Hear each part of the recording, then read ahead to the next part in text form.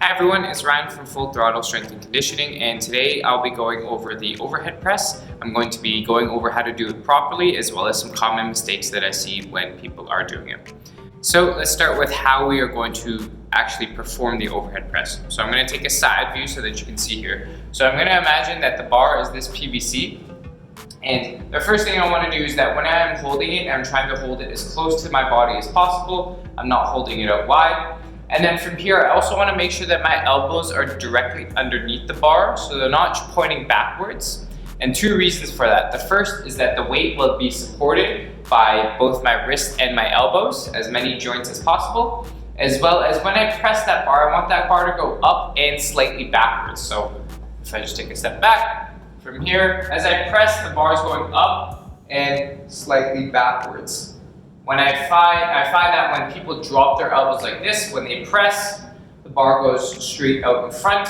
When you want that bar to end up fully above the head so that everything is stacked. My wrist, my elbow, my shoulders are all in line with my torso, my hips, and my knees. And then just a couple other points that I want to reiterate, that when you are pressing overhead, you want to make sure that your back is completely straight. So if I'm going to press overhead here, I want to make sure that my back is not overarched, and I also want to make sure that I'm not leaning too far forward so that my back is fully straight. Now to do that, I would need to do two things. I need to squeeze my glutes and then to squeeze my core like a little crunch. And by doing both those things, it will help fix that positioning. So when I'm overhead and I'm extended like this, squeeze my butt, squeeze my belly, and you can see that I straighten out and that everything is nice and stacked.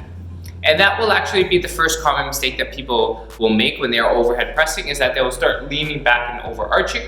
That is a compensation for two things. First, they are not activating their core, or their core is weak. And the second would be they're trying to get some of their upper chest muscles to be able to help them press that bar overhead. So to fix that, we're going to bring that bar down, reset, engage our core again, engage our glutes again, make sure our back is nice and straight before we're pressing overhead. And the second common fault that I wanted to review was also the bar being forward. So when you end up pressing over here, you can see that, yes, I finished the rep and I'm fully locked out, but when the bar is over here, I'm using some very small muscle groups to be able to support the weight out in front.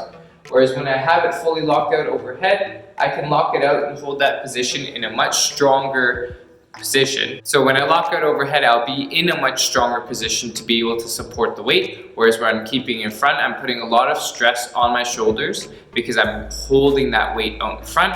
So I hope this helps, and I hope this improves your overhead press and helps you lift and achieve more weight.